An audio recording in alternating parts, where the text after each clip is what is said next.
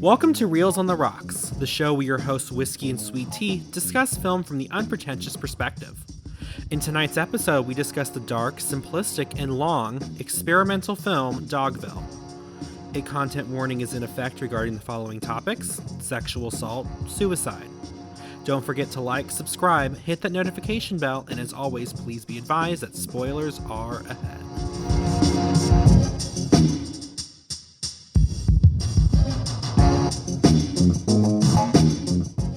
Welcome back to Reels on the Rocks with Whiskey and Sweet Tea. This week we are tackling Lars Von Trier's Dogville. And if you made it past the warning, thank you. Definitely going to need a stiff drink for this one. This episode, I'm drinking Two Towns Cider House's The Bad Apple, and it's 10.5% alcohol by volume. Yo. It's brewed in Oregon, so fancy, and it's actually pretty appropriate for some elements of the story. And what are you drinking this time, T? So I'm drinking something called a poison apple. Ooh! It is a combination of Jack Daniel's apple whiskey with cranberry juice, and it's all shaken together. I doubled up the recipe to make it a stiffer drink, and I'm drinking it out of a margarita glass. So, you know, Gotcha. It's like, Does that go with... it. Is that straight or is that with ice? It's supposed to be served with ice. I didn't have enough room for ice in my margarita glass, so I'm drinking it straight. Sounds tasty. I should up my game. Well, actually, I've got some ideas for Christmas episodes are next too, so I've got some ideas for that. But anyway, yeah. So we're all going to need a stiff drink. I encourage any of you listening to maybe pour yourself something, because this is quite a film. And just like last episode, I went into this blind, so I didn't know what I was getting into, although I should have known better because it's Lars Von Trier. So this is experimental. Like these last two reviews we've done are supposed to be kind of experimental movies, and I'm wondering, T, if you can guess why I picked this especially for you. Because if you haven't seen Dogville, there is kind of a big glaring thing that you'll notice very quickly with the movie, with what is pretty unconventional about it. But Okay, so two reasons. One, you know I'm not super into dogs. Was that it? No. No. The other reason is it reminded me a lot of one of my favorite movies. The story at least did. The Dressmaker. Well, I think you're overthinking it. Okay. I'm just specifically on the production end. Can you think of a reason why I might have found this one would be either challenging or interesting for you? Oh, obviously the fact that there are no sets.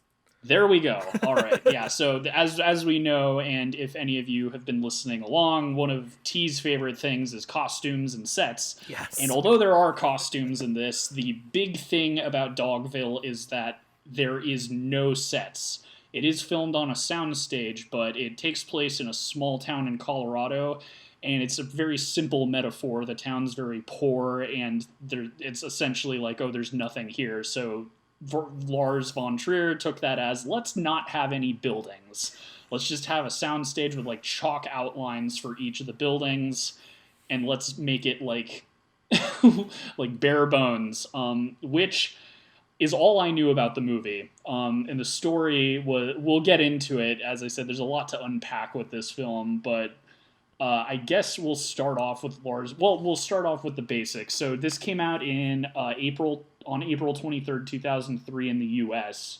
Not a huge budget, just $10 million, and it only grossed $16 million. Big surprise. It's kind of a weird movie. I'm not really sure, if it... Yes, no matter what, I don't think it would have sold well, whether it's the subject matter or anything. It did win 21 awards, and hilariously, it won the Cannes Film Festival Palme d'Or. I don't know if they were trying to be funny with that, but I thought that was funny, so that's the one award I made note of. And it was filmed in Sweden, so it's in a big soundstage, and they do some like creative stuff with the lighting and things like that. It honestly kind of feels like watching a theater performance, and I was kind of curious how I was going to react to this, because Lars Von Trier is an interesting sort of eccentric character in film. Do you know anything about him, T? No, I don't. Nothing at all. Okay. Like you, I went into this movie completely blind. Oh boy. Here we go. So Lars Von Trier is he's a Danish filmmaker, and he got his start a while ago. He kind of his big claim to fame early in his career was he created a movement in the '90s called Dogma '95. And he's an odd dude. So he was born in 1956 in Denmark, Langby, I believe, if I'm pronouncing that correct. And he was raised by two nudist parents, so he would often go to like nudist colonies on vacation if he wasn't already like grown up like living in one. And so some people credit that as his like kind of eccentric behavior, but he's known for being a character. And also, every single time he releases a movie, he does something to get himself into hot water. He's no stranger to controversy. If you Google him, I guarantee before any of his movies come up, it's going to be one of the many things that he's gotten in trouble with. Supposedly, he's had some beef with Bjork. She was the star in his film Dancer in the Dark. And I feel like when the movie was being made, she had a lot of nice things to say with him, but ever since, like, she actually says, like, he was very unprofessional on the set. He's been known to take off clothes while filming. He likes to mess with actors and stuff. And even as, like, a fun little IMDb note on this film, the lead actor, Paul Bettany, didn't want to be in this movie, but his friend Stalin Skarsgård, Bill Skarsgård's son, who's also like a famous actor, and his other son is Pennywise the Clown, if you don't know. But so Stalin Skarsgård said, "Oh, you'll miss out. His shoots are really funny, and it'll be an amazing experience." And then when he was on the set and he saw Stalin there, he was like, "Oh yeah, I lied to you. I just he's a great filmmaker to work with, but if I didn't lie about something, you probably wouldn't have shown up." So. And that's also, I'm sure you noticed this, T, but it's a pretty stacked cast. There's a lot of famous people. You've got Nicole Kidman. I mentioned Paul Bettany, and then John Hurt's the narrator. The supporting cast is a lot of people I've seen in other things, and there's some notable actors. And he gets that a lot, and I think it's partly because of his reputation, and I think it's also kind of because of the films he makes. I've done a lot of like apologizing for like weird indie filmmakers and art directors and artistic directors and things like that. And I'm like torn with Lars Von Trier because on one hand, I think he is a bit of an egomaniac, and I do think he is a problematic character. However, he does a lot to push the medium forward, and this is a good movie to talk about with that. But before that, I'll go into Dogma '95. So you've never heard of this before, right? No, I have not. Go ahead now. Okay, Enlighten me. All right, so it's called '95 because that's when he created it. And essentially what the idea of Dogma '95 was breaking down the medium to its quote-unquote essential elements. So this is like filmmaking without the frosting, if that makes any sense. Like it's just bare bones, and there's 10 commandments that you must follow for your film to be Dogma '95.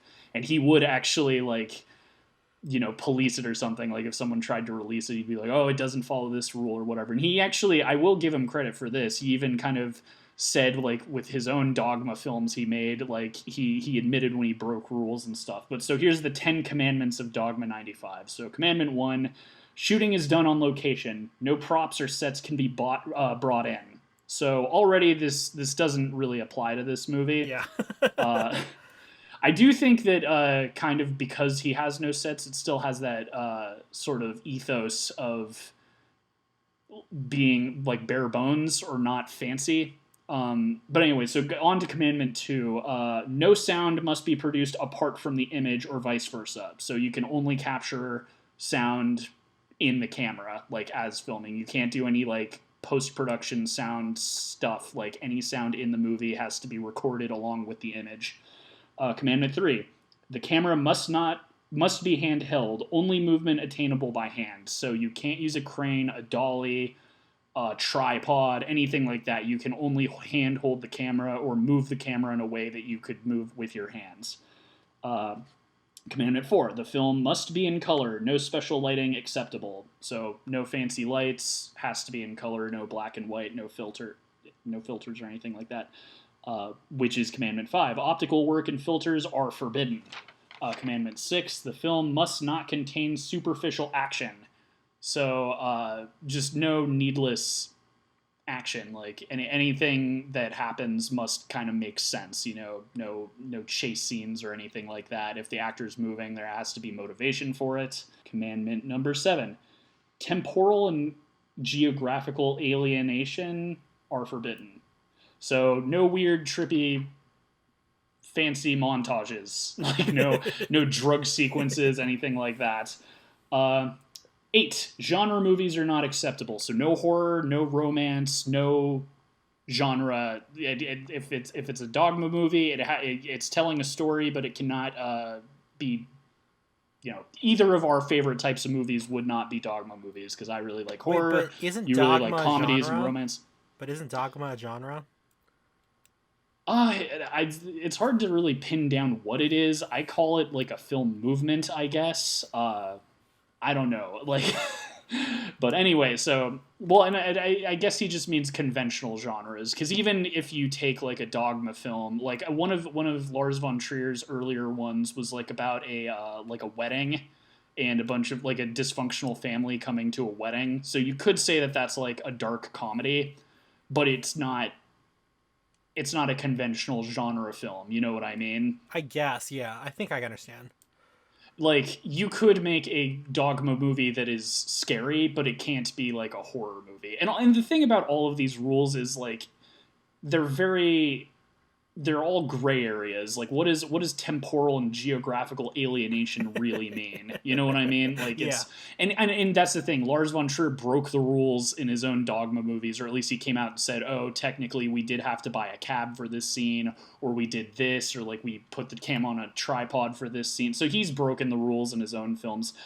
I feel like it was more of just kind of a way of like limiting yourself to make something, again, more just pure, whatever that means. Like I like the spirit of this movement, because I also feel like it's kind of, if you are an aspiring filmmaker, a Dogma film would be very easy to make. Yeah. You know what I mean? Because with all these rules, it's like you basically have a camera that you're holding, and you get a couple of people together and, I don't know, make up some sort of story and film them and put it together.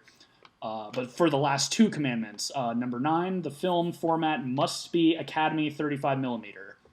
So that's like the one aspect that I guess is not very accessible. I don't know if I don't know if him or the other people would like make an exception for nowadays when everyone has a cell phone or whatever. But at least when he made it, it had to be Academy 35mm film, that you made it with. And number 10, and this is kind of where I feel like Lars Von Trier has an ego. But this is kind of a cool commandment, and this is the thing I actually like the best about Dogma films. The director must not be credited. Interesting. So if you make a Dogma film, you cannot put your name on it. No, you can't claim to have been the director. But you can put it on in other ways. I mean, going back to, again, his earlier Dogma films from like the 90s, everyone knows Lars Von Trier made them. His name's on the credits, but just and that director too. Like if you entered it into a film festival, it's like you kind of have to say somebody made it. Directed by unknown. So again, like I like the spirit of the movement, because I feel like it's kind of stripping down all of the pretentious elements of filmmaking. Mm-hmm. The only things I feel like are a little iffy, like for instance, the Academy 35mm. Film cameras were a little more accessible in the 90s, but nowadays, I'd say like if you made a Dogma film on a cell phone camera, or a digital camera you had on you, that would be okay. Well, and I agree with you. I think I can really appreciate, like, I think some of them are extremely limiting, but I like you said, I think that the spirit of it is something that I can kind of admire and get behind. Just doing what you can with what you have and trying to make something interesting out of it. Like we talked about last week not last week, but in our last episode of Sass Music in the World, when Guy Madden said, he took something that wasn't interesting and was able to make something he could get excited about out of what he had. It's kind of sort of that same sort of spirit. And that's something I can't admire. Exactly. And again, like, maybe I've never met Lars Von Trier, so maybe he just comes off as egotistical, but I do like that. Again, 10 is my favorite commandment because it really just kind of would be humbling because now you've spent all this time making this movie and you can't even claim to be its owner anymore. Well, that kind of plays into that whole thing about the death of the artist. After it's Yes, put out there, the artist's opinion or saying it doesn't matter anymore. So maybe that's kind of the philosophy he was going for with that. I would think so, and I feel like he carries it on to his films too. Like even when he is working with a bigger budget or using special effects, nothing feels superfluous or like unneeded. Like for instance, with Well, this movie, like I think it was kind of interesting how again, like it's a simple metaphor. Like it doesn't take a genius to realize, oh, there's no sets because it's a poor town. I get it. They have nothing, literally. But it's funny how it actually kind of worked to really cement in my mind the setting and just how terrible of a town Dogville is when they're visually in the film. You can see every character on like at all times. I interpreted that differently. I thought the whole idea was that in a town this small, everybody knows what's going on. I think that can work too. I think in a lot of ways it works, and it's just kind of funny. I was curious if, because again, I've never seen this. I knew the whole no set thing. That's all I knew. I knew that it was one of his least strange movies as far as the story goes, and I say that definitely is still the case. It's a story. We'll get into that later, but but as far as like his weirder movies, like Melancholia is about a planet crashing into Earth. Oh, Or that sounds like that's an uplifting film. well, here's the other thing, and we'll get into this when we talk more about the story. But I went into this blind because I didn't really know what the story was, and the funny thing about this was, as I'm watching it, I'm like, oh, this is kind of wholesome. This is so unlike Lars Von Trier. And as this second half of the movie started, I'm just like, why did I think otherwise? Why would I? It's Lars Von Trier. What did I expect? Because all of his movies are about miserable things, about depression and psychopaths, and like other movies he's made that maybe you guys have heard of are most recently he did The House That Jack Built, which is about a serial killer trying to argue his way into heaven by claiming that his murders are modern art. And then also like I feel like he got a lot of into his mind. Well, I don't think I haven't seen the film, but I feel like he's, because every time I've seen a Lars von Trier movie, he does not sympathize with bad people necessarily, and he's done some cool things. Like his early trilogy in the '90s, Dancer in the Dark was one of them. Was supposed to be about heroic women in really like terrible circumstances. So, and you're supposed to like kind of root for them. So the one with Bjork, Dancer in the Dark, she's a murderer, but she's like a sympathetic murderer. So she's a character you root for. In The House That Jack Built, I think he was kind of supposedly like commenting on how narcissists think. I don't know. I haven't seen the film, but he's not taking Jack's side. And then you said you'd seen the Nymphomaniac movies. Those were also Lars von Trier. Yeah, they share something with this movie that when we get to it, I'll go on about that. Oh, his movies feel kind of similar. I know what you mean, and honestly, my biggest problem and the reason I feel like he is kind of egotistical and the biggest turnoff for his movies for me is he has so much philosophical pontification. That's another thing that I thought wasn't going to be in this movie, and then at the very last minute it's like, oh, well, what's the meaning of justice and blah blah blah. It's like the worst for me was the Nymphomaniac movies, because it's like this woman and this man just having a conversation about the meaning of life, and it's like this is like filmmaking. This it feels like something like a film student would do.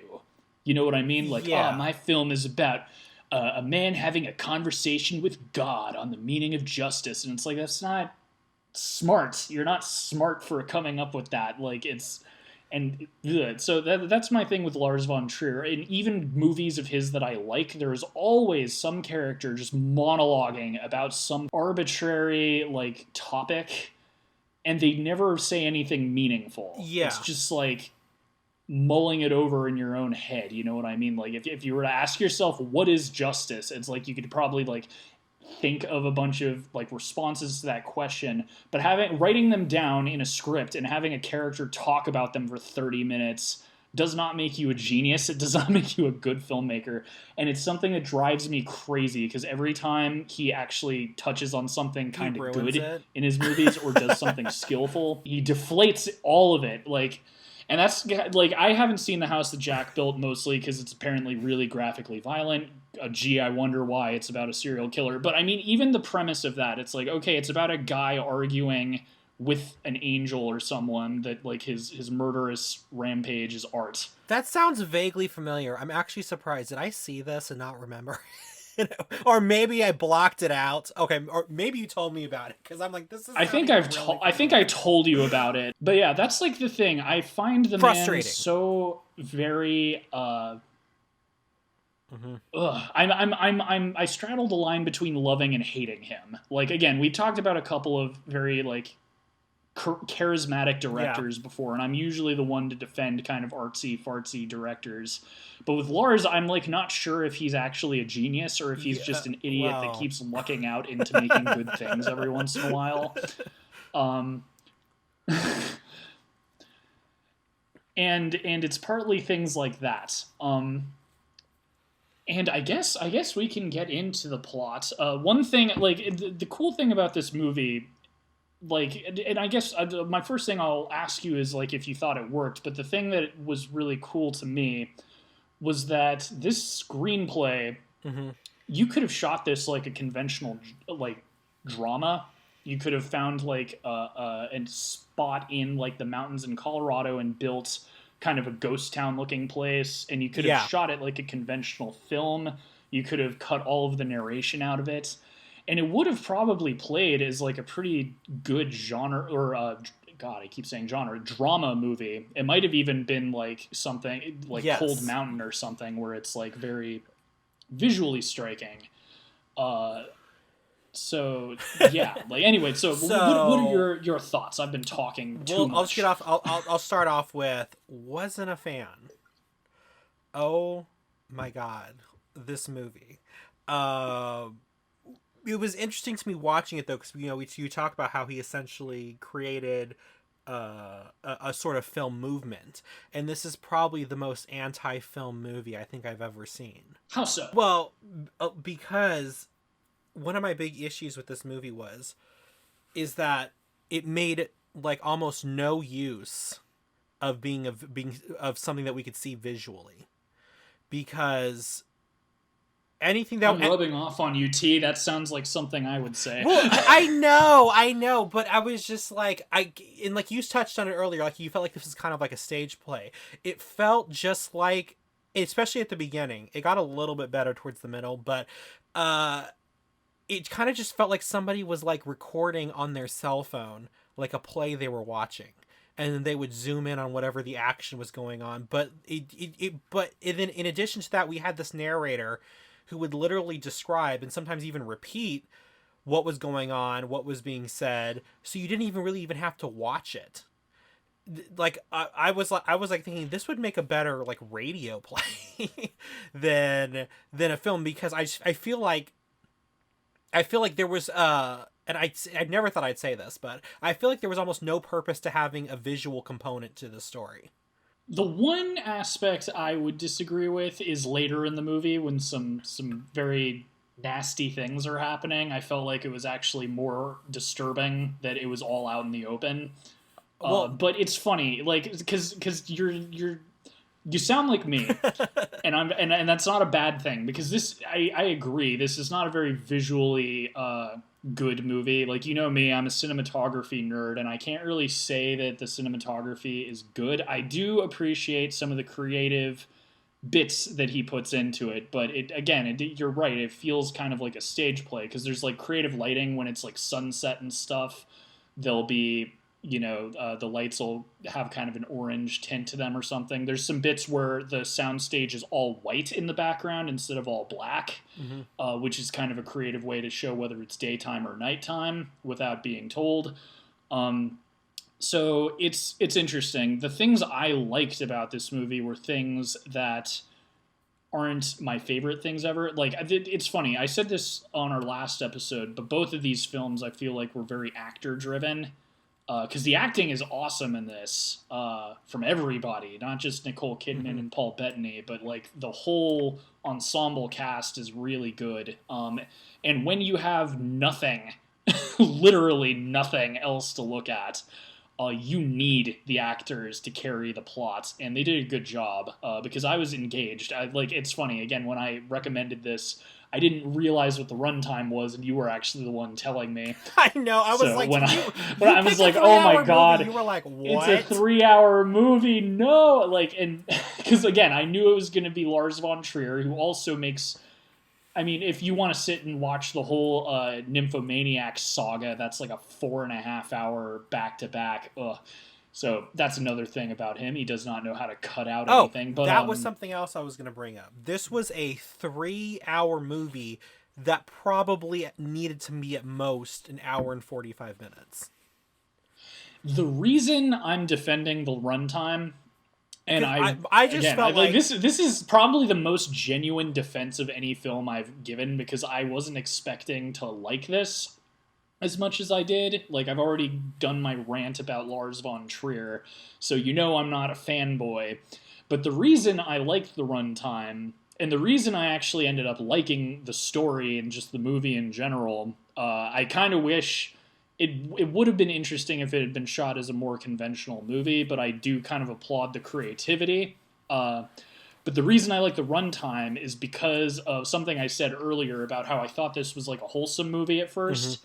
It lulls you into a false sense of security because the first hour and a half is pretty wholesome. You know, it's like about this lady who's hiding and she's trying to, become a member of this community, and she's befriending people and people are starting to like her and stuff like that. And for the first hour and a half, you're thinking, oh, this is really sweet. This is the most un-Lars Von Trier movie I've ever seen.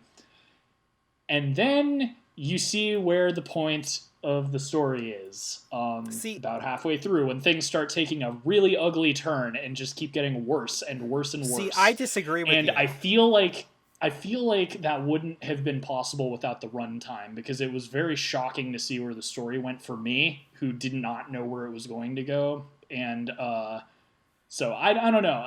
And also it didn't feel very long when I was watching it. God. Maybe it's because I mentally prepared myself, but I don't know. At least for the type of story it's trying to tell, I actually thought it worked in its benefit, because I did not expect it to take the turn it did. But why didn't it work for you? So, first off, I disagree with you about it lulled you into a false sense of security. Something about the beginning, and they're talking about the town needs to learn acceptance, or I forget exactly what was said. Right. That, and then the fact that this weird gangster, I'm like, this is not gonna end well for anybody involved. So I kind of felt like the beginning of it was overly long. Like, I just felt like the whole thing, I'm like, okay, something's gonna go wrong here. Something's gonna happen. Somebody's gonna be. I was actually waiting for, and we'll just get this out of the way. I was actually waiting for the first rape to happen. It happened a lot later than I thought it was going to. Yeah, it takes a while, and now you guys will see why we had a warning at the beginning of this episode. But there's quite a bit of sexual assault in the plot, to the point of it being, geez, I mean, like I say, this movie would be better if it was shot conventionally, but man, it would be, like the fact that it felt like a theater performance made it a little less intense. Say, it sounds really insensitive, but the first one though was kind of funny because you're just seeing this guy's butt across the stage. Yeah, right. And everybody, all the actors are just like not looking, and I'm sure that was intentional. But I'm wondering, are they just not looking because this is just hilarious? There's just this big white butt right there. But yeah, I just feel like that point was made quickly and we could have moved on from it sooner. And I felt like a lot of time spent with the characters was like a lot of the characters like proselytizing to us. Like, I mean, I think you talked about I this. get that. Like, I'm like, okay, we get it. You made your point. Move on. And I always use this example of Blackfish. You know, the movie, the documentary Blackfish. It made its point about 30 minutes in, and then it keeps throwing in examples, and you're just like, it's okay. I'm not interested anymore in what cause you were trying to say, because you've made your point for the last hour and a half. They had to keep making their point, or else, SeaWorld would have. When you're going up against them, it's like, oh, we need as much proof as possible, so when they inevitably sue us, we have a lot of receipts. But yeah, no, like this is one where I feel like we're going to agree to disagree, but I'm not even upset with you, because I know.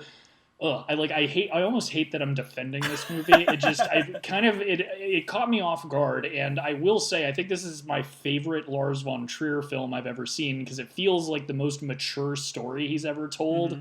And as I said, it's like super perfect up until the end, where she's talking with her father about what's justice and blah blah. Like, shut up. You're both gangsters. That was the only thing that was, and this is. The runtime is usually not an issue for me. You know me, my favorite movies are long movies, because, and I think we've talked about this in our last episode, even when you make independent arty films, they have to be entertaining. Yes. And I felt like this one wasn't entertaining. I didn't really care for any of the people in the town, which you're not supposed to, but I didn't really care for Nicole Kidman either, because you don't really find out anything about her until like the very end of the movie. And so I was like, I'm supposed to care about her, but I really don't, because I don't know anything about her. And then it was just not an interesting film to me. And I've said this before when we've talked about films that make this point about small towns and the fact that they look, great and everything, but there's all this weird dark undercurrent under them. I'm like, that point's been made 9,000 times. Everybody who's ever lived in a city thinks that this is a hot take, and it really isn't anymore. So I was kind of just like, oh, okay, yeah, crime happens. Bad people are everywhere.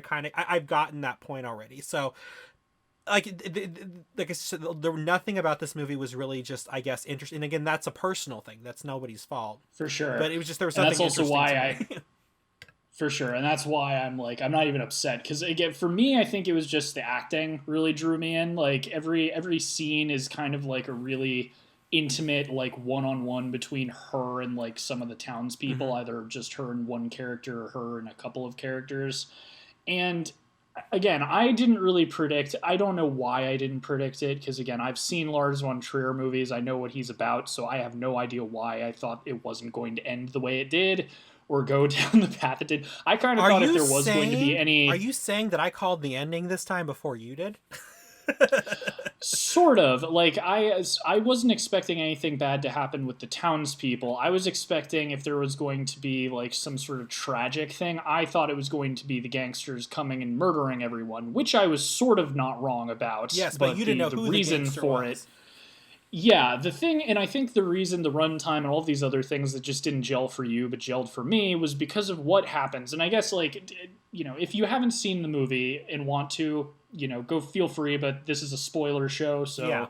Anyway, so what happens in the film is that after befriending all of the townspeople and becoming kind of a member of the community, slowly they begin to turn on her, and it becomes this thing where it's like she's essentially becomes like the town's sex slave. Like, she's not even a prostitute, she's chained up, and they refer to her, like, the men going to, like, have sex with her is kind of, they say it's like the hillbilly having sex with a cow. It's embarrassing, but just no one talks about it. She's a sex slave for the such a horrific fate for this woman that it's honestly, like, kind of, I really, if there's a reason we had a trigger warning at the beginning of this show, and if you're the sort of person where that sort of thing is a turnoff to you in the film, by all means skip this one. This is like one where I can't really recommend it to everybody, because some people just cannot take this subject matter. And it really is horrific, and I feel like that was part of the reason I didn't mind the kind of stage aspect of it, because if you shot this like a conventional movie, it's like borderline horror movie by the end of it, and not even in a fun way. And then, you know, it turns out the big twist is that she was not hiding from the gangsters because she was going to get killed by them. It was because she's actually the daughter of the Dawn, and he was looking for her because his daughter was missing. And, you know, there was something about, like, he got pissed and fired a gun towards her or something, but he wasn't gonna, whatever. So then when the town eventually turns on her and it becomes more of a liability to keep her there, they decide to call the gangsters because the guy who got the business card never threw it away. And then it becomes kind of an ironic thing because it's the town's undoing. Because they called the gangsters, she ends up being saved by them, and then the gangsters just go scorched earth on the town kill everybody. She commands that. Does if I remember, she's the one that recommends. It's up to her. It's her call for sure. But I gotta say, I did not really have a lot of sympathy for those people. I didn't either. Was kind that of one chick. I have never rooted for gangsters to go on a killing spree more than in this movie. That one lady, I forget what her name was. But the one that made her choose between the figurines. Yes. Like, or not, like, if you I was can't like, cry. yes. Again, I've never rooted for children to be murdered in a film more than in this movie. Well, and especially difficult for me because I collect those figurines. I know exactly what kind of figurines those are, and some of those, at least one of them, that I knew off the top of my head was worth some major cash. You can reenact this movie with your pop figurines. You know what? You're not coming to my house. No. If you can keep back tears, I will stop smashing. No, the figurines she collected are they're kind of like oversaturated now, but they're from a German company. They're called Hummels, and I know at least one of the ones that she had was a particularly rare one that's worth some money. So just a little fun fact tidbit I threw in there for you. It's actually interesting. It makes me wonder if somehow the production got a hold of one, not realizing how valuable it was, or I'm wondering if the art department was like, did it as like an in joke, you know what I mean? Made fake ones. Yeah, well, like, you know, like if you know that these are valuable. Like I know, because exactly. You know me, I just collect all just sorts of useless knickknacks. It makes me wonder, and a lot of the people who were on production I saw in the credits were from, like, this was filmed in Sweden, and it looked like he used a Swedish crew because a lot of the names. So I don't know. I guess you'd have to ask the art director. But if I were the art director, and that a bunch of valuable stuff just got smashed for this movie, what? Yeah. Like, I don't know. I almost feel like that must be like an in joke or something, because if it's valuable. But yeah, like that's the other thing that I find surprisingly good about this movie is that it actually had a pretty nuanced take on something, and it actually had kind of a really good point about human nature. Mm-hmm. As dark as it was, I kind of liked the story. I liked how you kind of, again, the reason the runtime worked for me is I began to like these characters, and watching them turn into monsters was horrific. You know what I mean? It's like, and it's kind of true. Everyone has a dark side to them. Like you take someone who's like very nice, and anyone is capable of horrific behavior. And I kind of liked, and even the narration and stuff, it felt like a cute little movie for the first hour and a half, and then it just devolves into madness. And then by the end, you're just like, to hell with all these people. Like, burn the place to the ground. And I mentioned this earlier. This movie reminded me, at least the plot did, it reminded me a lot of one of my favorite movies, The Dressmaker. And I'm trying to see if you kind of saw sort of that parallel too. No, I remember The Dressmaker, and it did. It was way less, like, The Dressmaker was a lot less dark. Yeah. There certainly was not, her getting tied up in a shed, and, no, that was actually, that was a pretty good. I'm trying to remember how exactly. I remember in the end she gets her revenge, but it's not super. It's very. She sends them off to appropriate. She sends them off to a competition. While they're gone, she burns down the town, and then she gets on a train. Okay, never mind. And it's like one of my favorite ending lines of a movie ever is when they're like, she's on the train. The guy's like, "Oh, I think they overdid it with burning their trash," and she goes, "You didn't know the trash," and I was like, "Yes." Say it, Kate Winslet. Say it louder. right? The difference, though, is that you kind of go into the dressmaker knowing the town sucks. That's true. Like, again, the reason the runtime worked for me is that it, again, with me not thinking it was going to take a dark turn, it was very disarming for the second half of the movie. So that, but in the dressmaker, everyone's a jerk from the get-go. That's true. You know, it does surprise me, like in the dressmaker, this is not a review for the dressmaker, but I will just say that there's a death about halfway through in that movie that was very surprising. Yeah, it was a very it wasn't as dark as this, but it was still kind of a dark. No, it was very sad. It wasn't dark. It was just unfortunate. But I'm not going to talk about it because we'll talk about that in the future, maybe. In case someone wants to see that movie, I'm not going to spoil it in this review. But yeah. What do you think would have made this a better film for you? Okay, so one of the main things this dude needs to do is he needs to edit. I feel like we didn't need to see her interact with every single townsperson every time. You know, because the idea is that, you know, she starts off, everyone's friendly, they appreciate her, and then as it gets on, they appreciate her less, they start kind of taking advantage of her. The men take advantage of her sexually, the women take her advantage of her as almost a workhorse, but we see that interaction recur with essentially every character every single time, and I don't think we needed to do that to make the point. And then the other thing that really bugged me about this was the camera work and the sound were not good in this movie.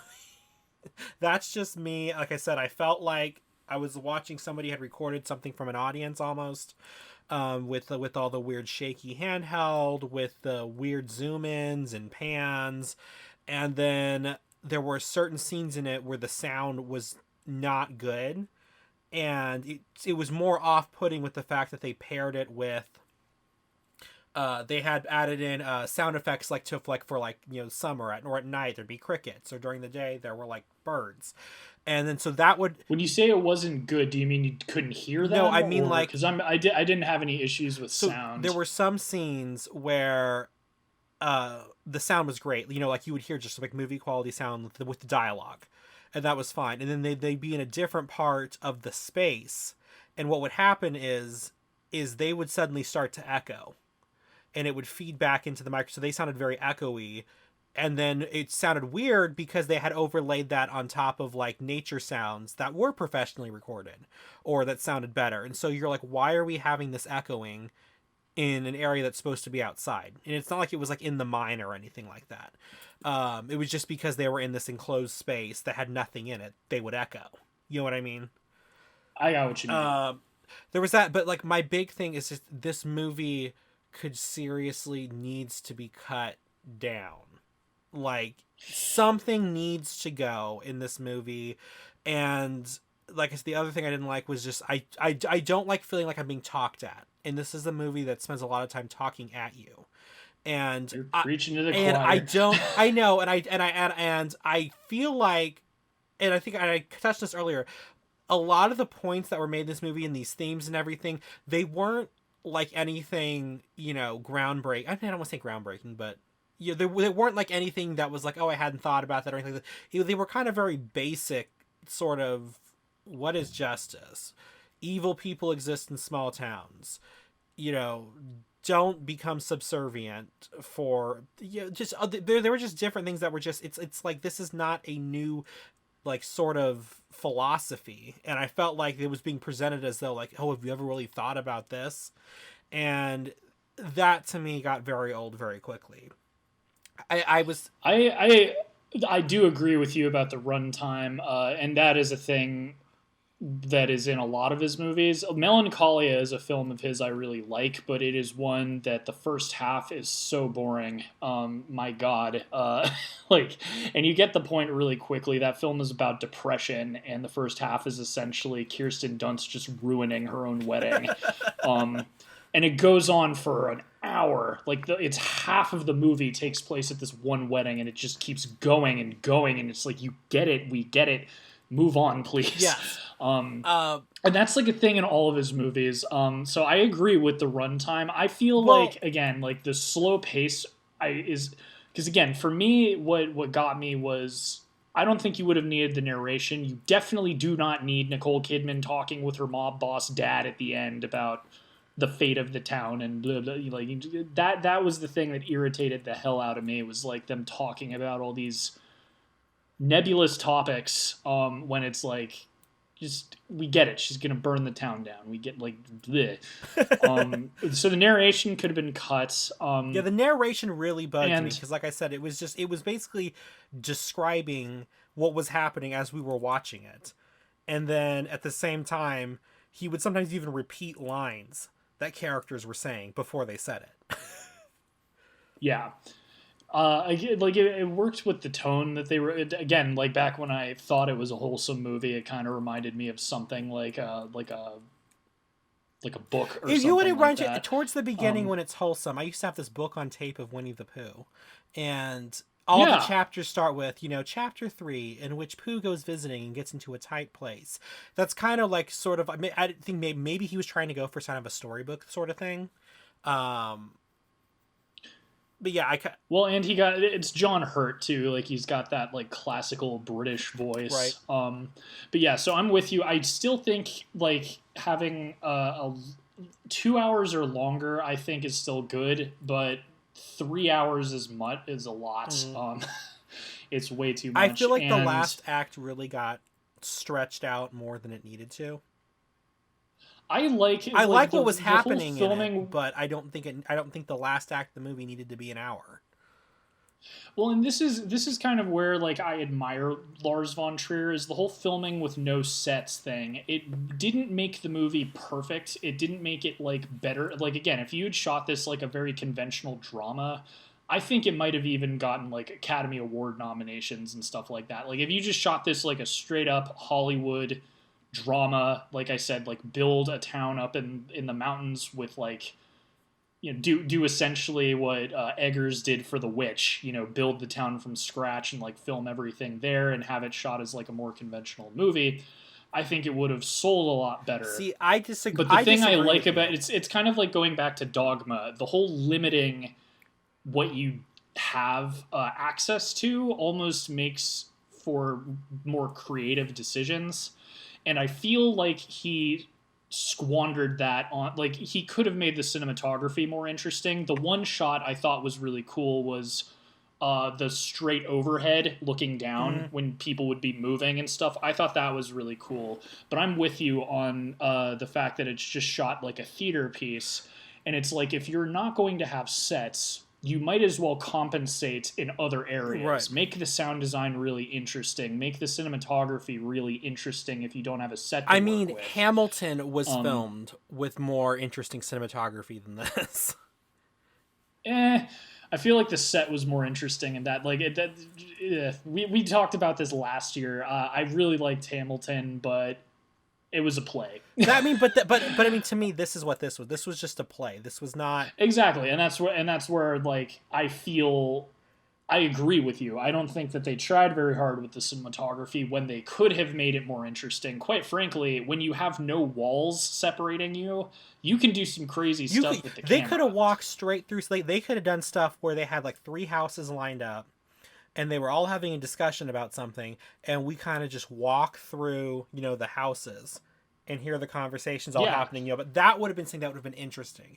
That would have made to me, the fact that he did when they're voting on whether to keep her in, you could have a tracking shot with Nicole Kidman where you leave the church with her and their dialogue gets quieter and quieter as she goes to the mine to wait. I feel then especially with no narration, it's like hearing the bells and stuff. That could have been way more tense. Yeah. So yeah, like I agree with you. I feel like I kind of just feel like because of the lack of effort they put in with sound design and with cinematography in this movie, that the whole not having a set thing was kind of wasted. And to me, it kind of came across more of as a gimmick than anything that was interesting. I agree. I think the fact that I knew about the gimmick more than I knew what the movie was about when I recommended this as our as our pick, says a lot about the movie. And I think it's kind of a shame because, again, like, at least as far as the Von Trier films I've seen, this is probably his most mature and interesting story he's ever told. And that was the thing too that I was curious. Like, it said that he wrote it, and then when I was looking at reviews online, some lady said that it was based on a book. Then I looked up the book, and the book had nothing to do with this movie. So I was like, whatever. So it seems that Lars Von Trier did write this himself, which is shocking to me because usually when he writes something, it's a lot worse. Well, yeah, and that's probably why at least the story at least makes sense. Yeah. So, and again, like, it's not even just like that the story makes sense. It's that, like, more normal. So you did see again, like, just trying to get back to, like, what movies of his you have seen. You have seen Nymphomaniac, Yes, or and you've heard of it? I've seen it, and I do think it's overly long for what it needs to be. Yes, and you can also, since you have seen it, you can see his kind of dark subject matter. He does have a lot of overt sexuality in his movies. In this, it's unfortunately sexual assault. Yeah. But sex is, like, a big thing in all of his movies. I will applaud him, though. And then the freaking philosophical pontification I was talking about. I will applaud him, though, with this, and especially with the sexual assault in this film. It's hard to describe it as... I'm not trying to say it's tasteful, because it's sexual assault. It's not. But the way that it was done was in a way that didn't allow for objectification of Nicole Kidman's form. And at most, it allowed for objectification of the rapist, the male, which I thought was kind of interesting. And, usually when people film stuff, they don't film that to objectify the female character, but they usually do it in a way that allows for that to happen. And yes. And I will like to support him, he did not do that in this. Like I said, when I was talking about the butt earlier, the most we see of exposed, I think even exposed genitalia is on the male side. Which I don't even think you do see it with the man the first time, but that was the other interesting thing. There's not a lot of nudity in this. I was actually Nicole Kidman you never see naked. And that's again, Lars Von Trier. I don't think he's like I think he has an ego, but I think he's well-meaning in most cases, and he does have, like, a feminist streak to him. I feel like most feminists would probably argue he's a well-meaning idiot, because that's how he comes across. Like Michael Moore. He likes strong women. Like, in most of his films, it's a female lead, and they're usually not objectified or, like, pushovers or anything like that. So, but it also comes off as a script very much written by a male perspective at the same time. And I feel like you kind of get that from this. If you've seen Nymphomaniac, then you definitely know what I'm talking about, because that's one where the character is interesting, but it's still, like, she likes having sex. What can you say? I did just Google something because I was looking something up, and you mentioned. And did you know? I don't know. I'm probably not stepping on your toes, but apparently there was a pilot of this that he filmed. No, I did not know that. So it says he filmed like a 15-minute pilot to see if the no set thing would work. And I guess it was only released on the DVD version. That's actually very smart of him to do that, just to make sure before investing all that time and money. I still think, though, the whole point about having no sets was completely wasted, and like I said, it comes across as more of a gimmick. And I know that you said earlier that if it had been filmed with sets, or not set with sets, but just traditionally, it would have gotten more things. I kind of want. I think it would have gotten nominated for some Oscars if it was filmed like a conventional movie. Well, I'm over here trying to be like, I'm kind of, I can be cynical about this. I kind of want to see what would have happened. I mean, we can't now because the movie's already come out. Because also on this, it made so many people's like top, lists of the decade and everything. And I guess Quentin Tarantino even said that this is like the best movie that's been made, one of the best movies that's been made since he started his career or something. And I'm kind of wondering if this had been shot more traditionally, if it would still be showered with the same amount of praise, or is it just that it was different? And that's why everybody's like, well, but again, that's never something that you can ever actually prove, because... And that's also the thing with Lars Von Trier. It goes back to Dogma. It's like, did Dogma make better movies? I don't think so. I just think the fact that he tried to make a movie without sets, I think, is admirable in and of itself. And I think it's interesting that it at least worked for me. Do I think it was the best decision he could have made in this movie? No, not at all. But I was very surprised that I often was not thinking about it, and I just kind of like it's kind of weird. It fell kind of into the story. Yeah, it kind of just becomes background noise at some point. Like at first, it's kind of weird, but then it's like watching a play. You stop thinking about it after. You stop thinking about it. The only thing that really ever remains is how nobody could ever seem to open the same door the same way. They all forgot where the doorknob was. And the other thing, like, it's funny because I actually, like, I liked this one, but it wasn't the filmmaking that I liked. It was the story and this, like, and again, I think there are some things they could have changed to make it better.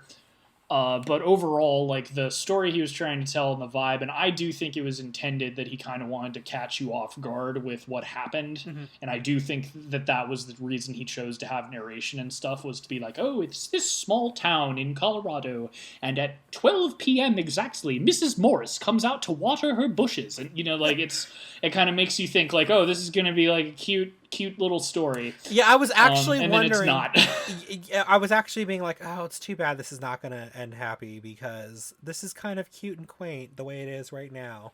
Right? The family friendly cut of Dogville is just the first hour and a half. it's just that, and it's a happy town where everybody saves people and doesn't throw people to basically actual wolves. Mommy, why does it say on IMDb that the movie is twice as long? Shh. You don't know that. This is the movie. This is how long it's supposed to be. Nothing else happens. That reminds me, there was an episode of Friends where Phoebe, I guess her mom had never let her watch any movies with sad endings or whatever.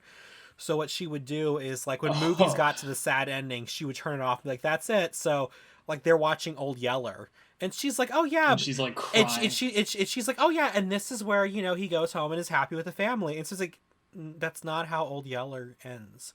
And she's like, what? Whoa, what are you doing with that gun there? Oh, my God. And she's like, yeah, that's the part where my mom would turn off the movie and be like, okay, it's over.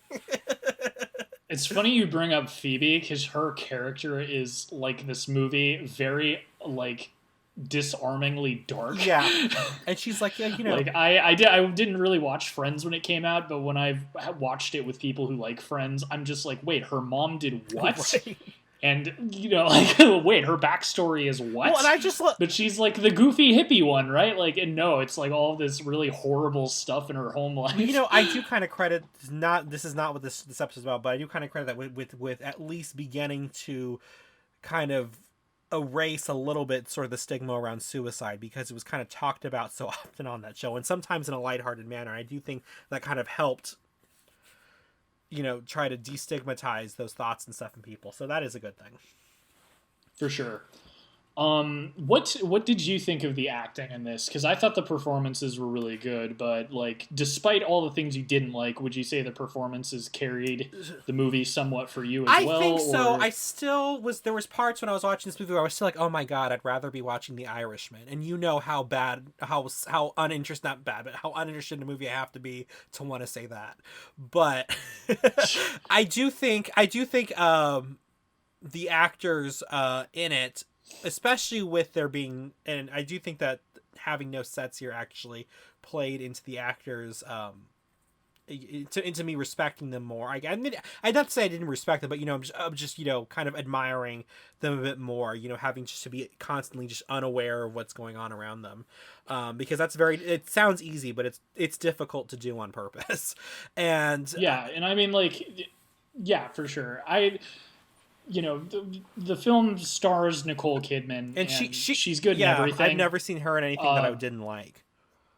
For sure, and I think she does an awesome job in this. But I gotta hand it to Paul Bettany, especially for what turns out to be such a shithole character who I hate by the end of the movie.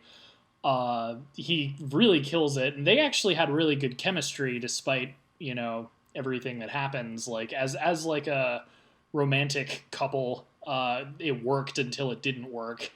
But speaking of like characters and how your kind of thoughts on the characters in this movie like change over time, he was an interesting case because it's funny, he's almost sort of the pseudo protagonist for like the first chunk of this, and he becomes the worst. Yeah, he becomes the worst of all of them. He enables their bad behavior. He lies. He steals.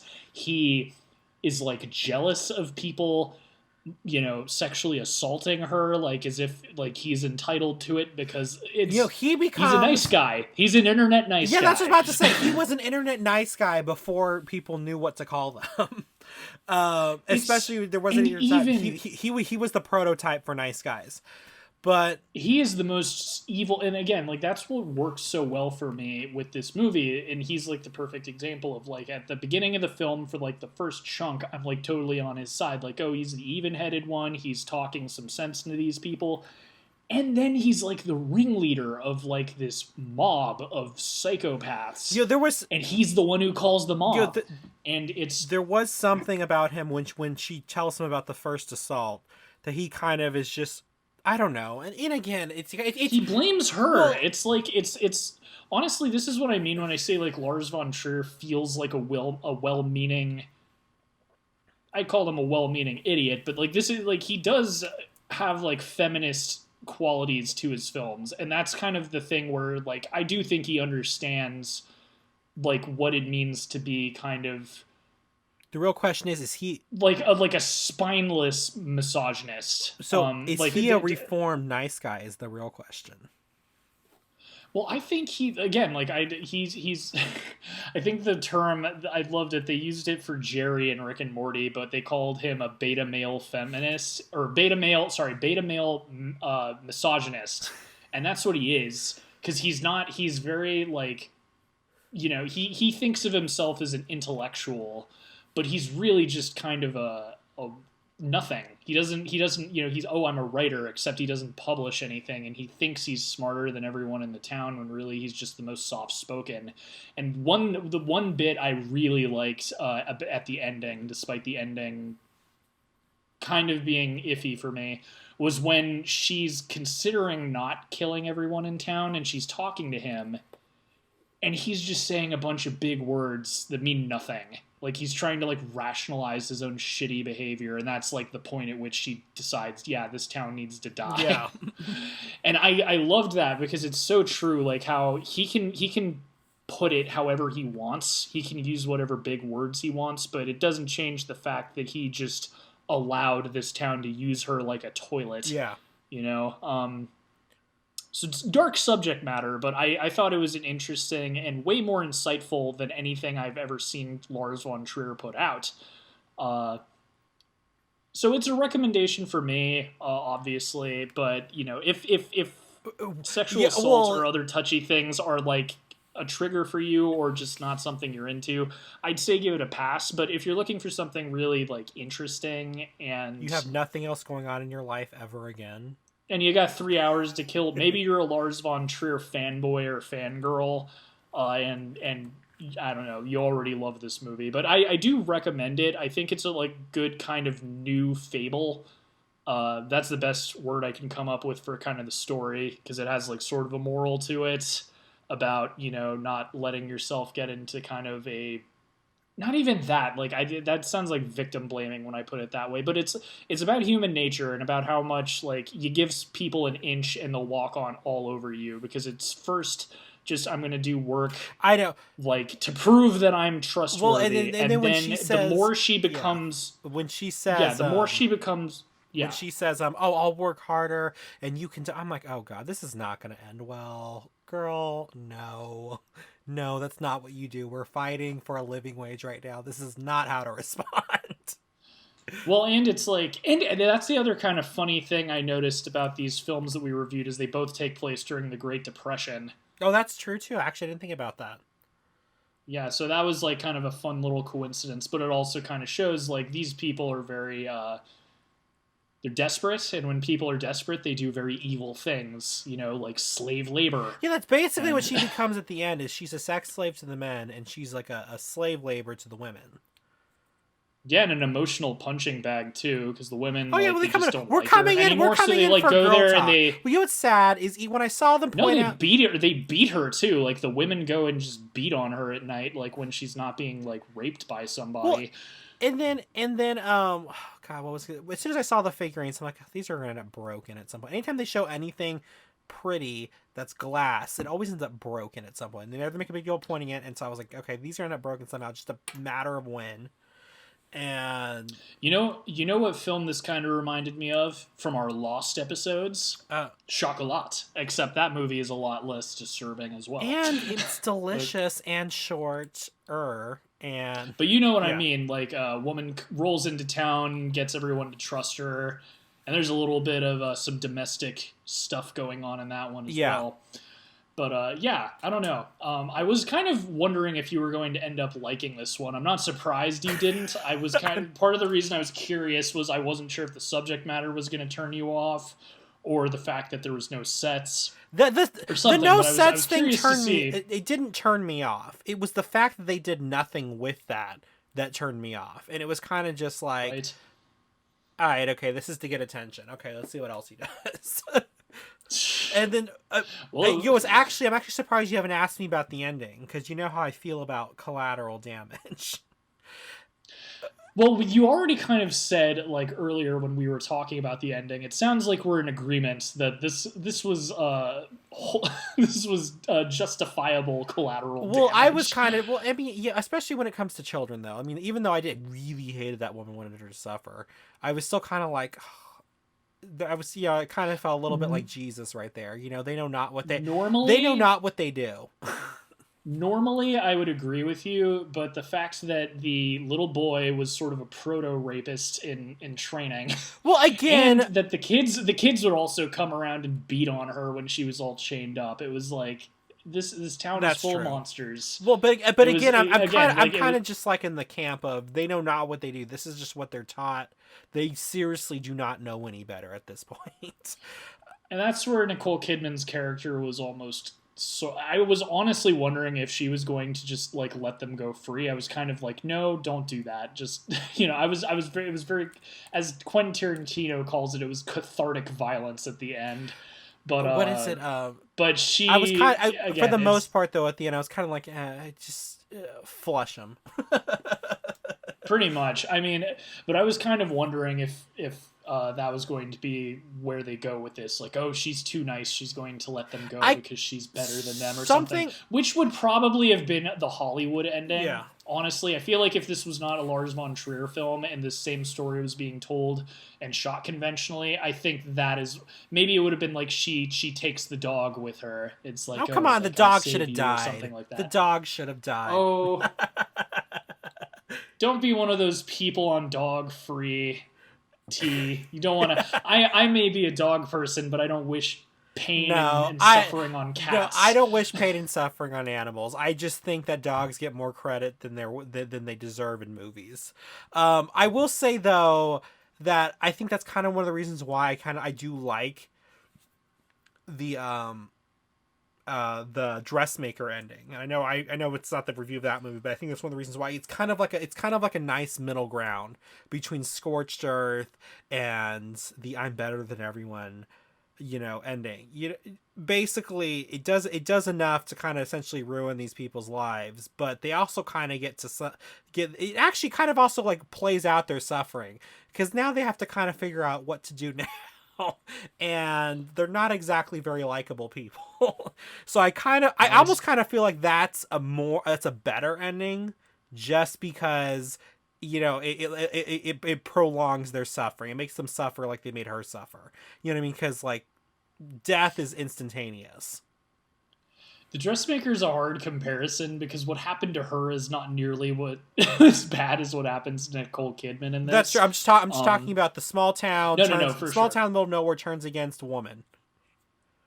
For sure, it's interesting, but it sounds like you're probably not going to recommend this. So one. this is what I'm gonna say. This is not a recommend for me, just because with the themes, the subject matter, even the way it was shot, it's been done better by other people and more concisely. like I was really struggling to finish this because it just became so long and in a way a little repetitive for me, and I was just like, okay, we'll see what happens next, I guess. I don't think nope, exactly what happened I thought was happened. It's gonna happen. Since it's not a very visual movie, this is the sort of thing I could see maybe someone putting on in the background while they clean their house or something. I think that's probably... I did do that when I was watching this. I cooked dinner. That was kind of like, even though maybe you don't pick up on every single philosophical reference in the movie, it is a movie that the most I could recommend is passive viewing, because it's not a hard plot line to follow, and you get the point of it without hearing everybody proselytize every 3 seconds. So I will say I can recommend it if somebody's looking for something to watch passively. But if you're looking to sit down and seriously watch, just skip it. If you have it on DVD, burn it. Just literally anything I wouldn't go else. that far. I think this is one of Lars Von Trier's better movies. I think it's probably my favorite. That scares me. Yeah. I still need to see. I feel like you would probably like Melancholia a lot, because it's more about depression. In the second half, when it's not horribly boring, it's a disaster movie. So I know you don't like Collateral Damage, but I do know you like disaster movies. Which is when weird. It's about a planet colliding with the Earth. Which is weird. And he did use some pretty good special effects in that one as well. So, and you've got, like, again, all-star cast. You've got Kirsten Dunst. You've got, what's his name? The guy from 24. 24. I know. Oh, the show. I don't know what his name is, though, but I know what you're talking about. You know who I'm talking about. But anyway, so, that I feel like you'd like a little bit more because it's much more introspective.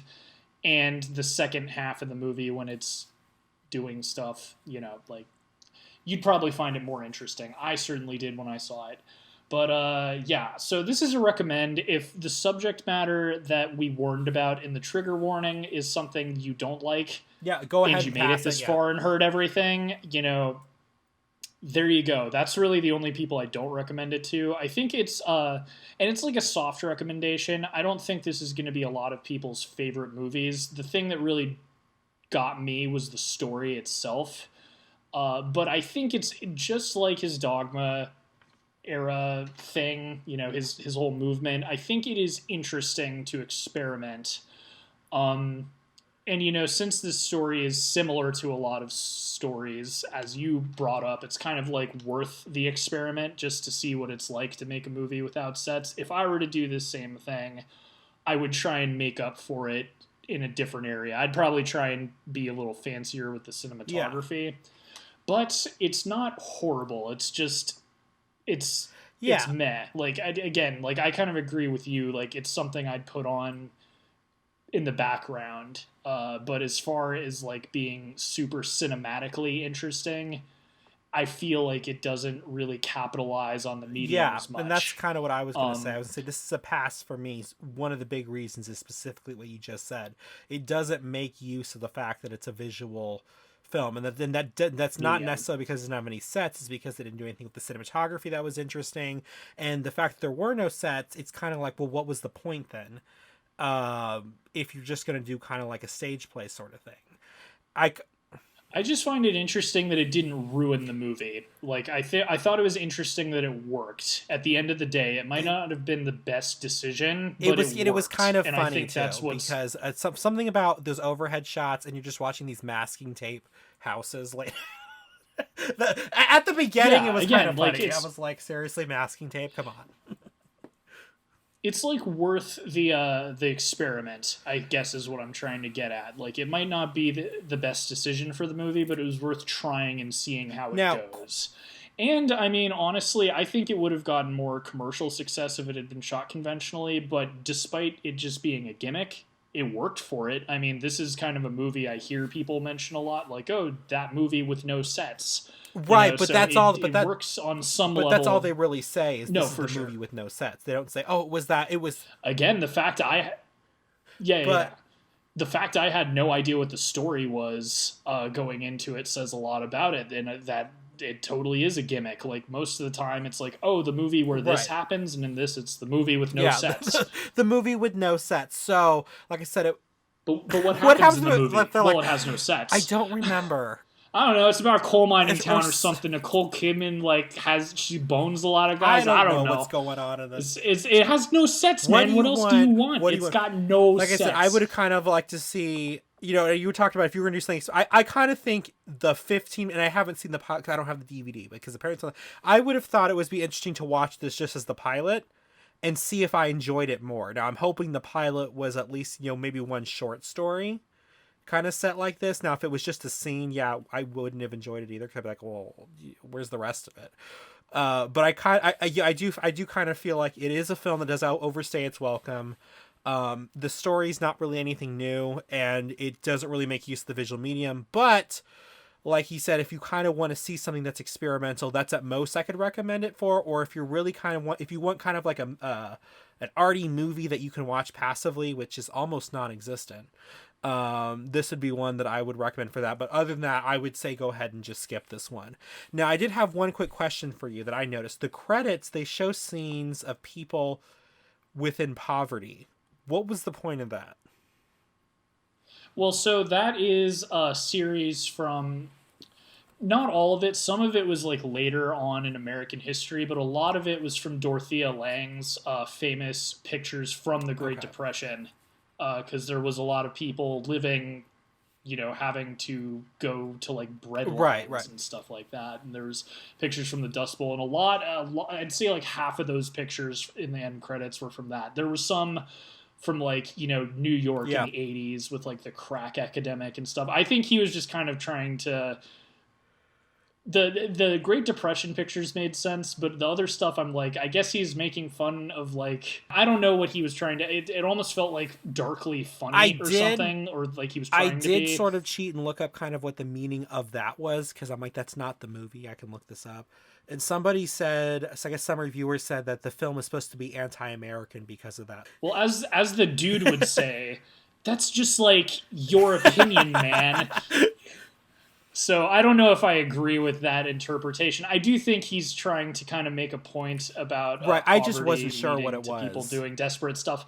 I feel like the end credit thing, he was trying to be funny. Again, Lars Von Trier, to me, he thinks he's deeper than he actually is. I kind of got that vibe.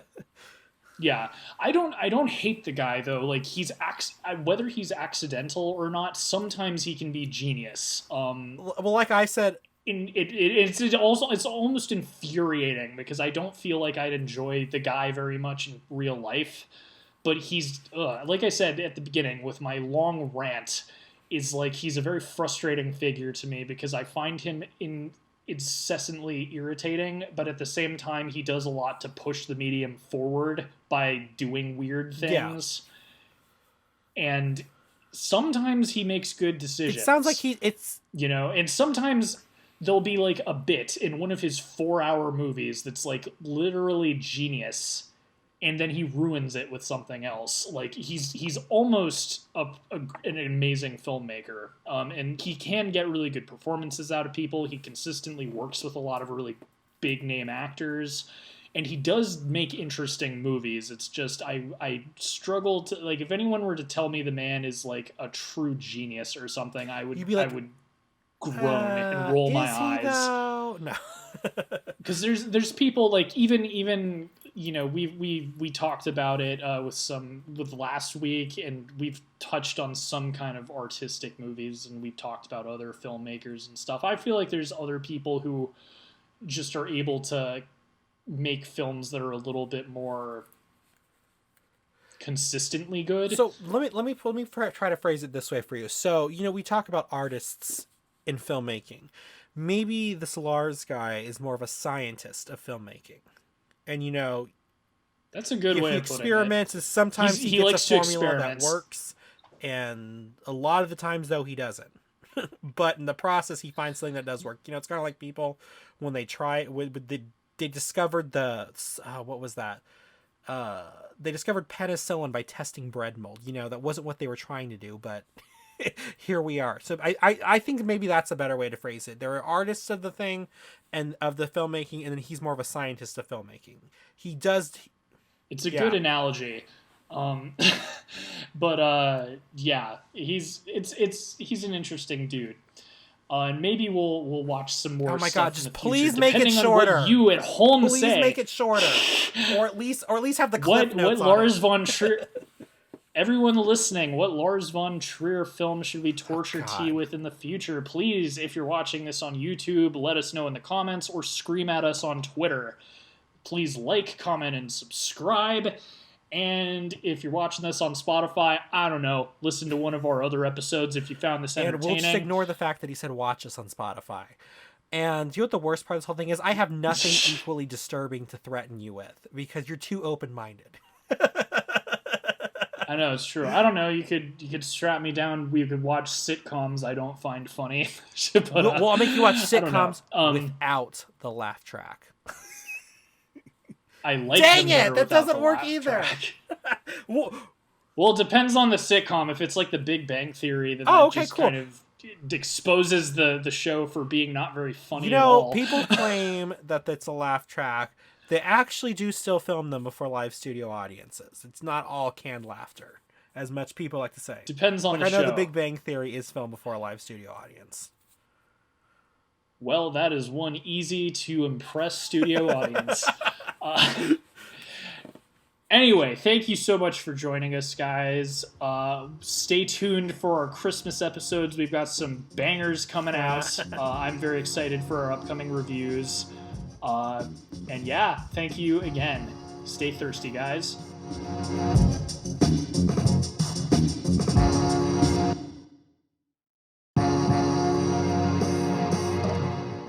Reels on the Rocks is a production of La Prince Laboratories.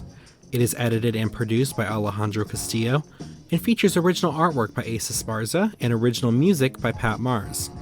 Follow us on Twitter at Reels on the Rocks and tweet at us with any movies or topics you'd like us to discuss in the future.